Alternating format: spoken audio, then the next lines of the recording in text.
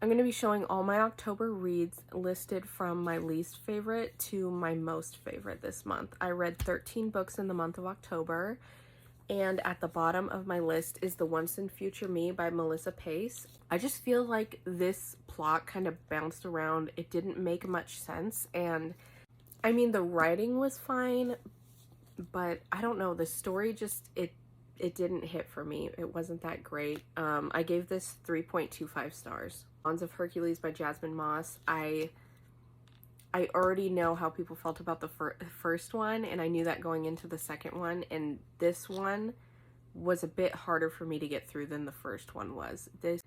It really didn't make sense. It was like, I felt like they put in spicy scenes in random spots that didn't really flow with the story. It was just like a random thing that happened, and then it would be spicy, and then it would dim down really quick, and then also just the story in general, I didn't understand what was happening most of the time. I was really lost with this. I also gave this 3.5 stars. I think if I'm thinking about it right now, I would give this 3.25 along with Once and Future Me. The Space Between Worlds by Micaiah Johnson. This, I really wasn't expecting the story that came out of this. This was like about a girl, and she's in this position of jumping through worlds, and she can only go to worlds where she is not alive on. It's like alternate dimensions. There's different versions of her on different planets, and it's hard to even explain the story. It's like things from her past are coming up, because also all the people that you know, there's different versions of those people on each of these planets, and it's just kind of like, it was an okay read. I gave this 3.5 stars. Alchemy of Secrets by Stephanie Garber. I also gave this one 3.5 stars.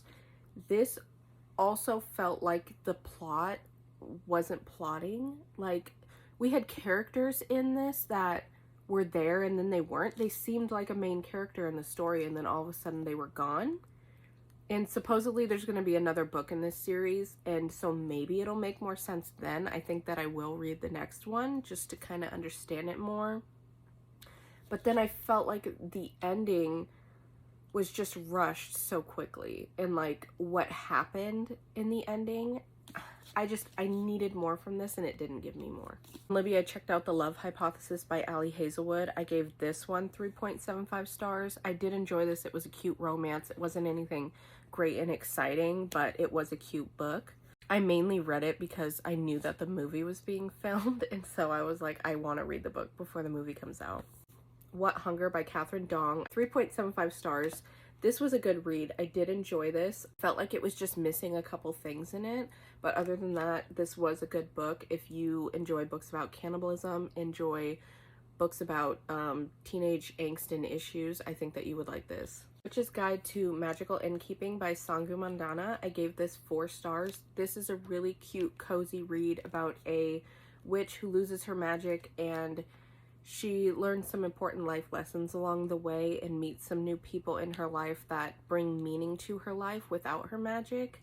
But it is on the journey to get her magic back. But it's a very cute book, very cute and cozy. If you like cozy reads, nothing with a lot of action or anything crazy happening, this is a really good book, I think, for you to pick up, especially this fall. It's a really cute fall read. I have Dear Edward by Anne Napolitano. I gave this 4.5 stars. This is a really beautiful story. It's about a little boy who's in a plane crash with his family and like 180 other people, and he's the only survivor, and he has to go through life and figure out how to bring meaning and inspiration back into his life without his family, and how to navigate being a teenager and the only survivor of a plane crash. It's a really beautiful read. It has a good story. I cried a little bit in this. I really love this.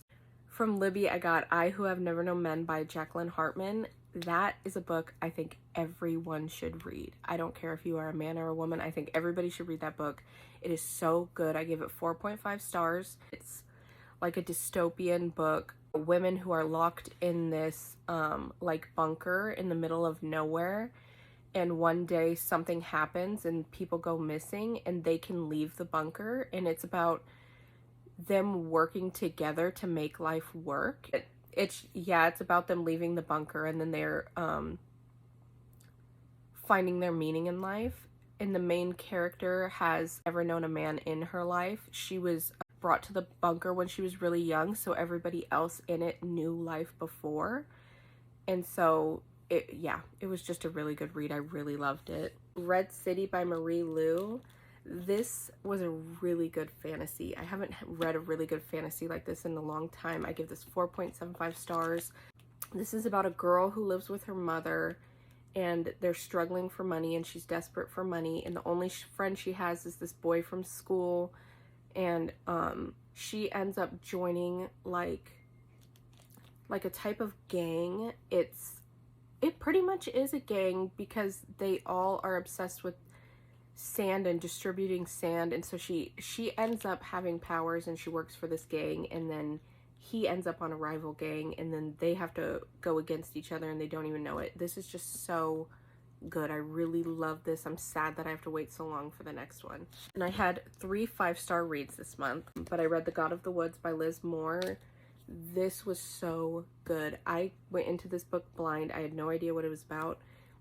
This is about a high-profile family who owns this land. They own a campground, and years ago, their son went missing, and it was pretty much unresolved. They blamed it on somebody else, and then in the future, their daughter goes missing. And so it's kind of like figuring out what is happening with this family. Why do these kids keep going missing?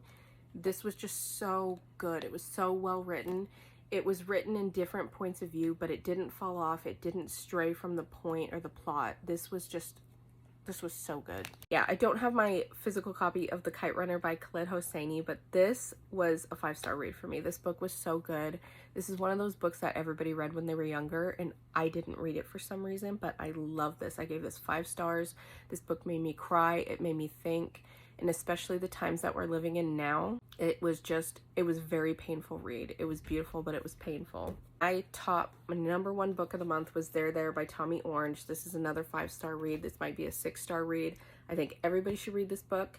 This is about 12 different Native people who live in Oakland and what their life is like being raised in the community where obviously white people took over their land, and how they're living in true systematic racism and how this affects all of their lives. And even if you're doing good, somebody else who didn't go down the right path might mess everything up for you.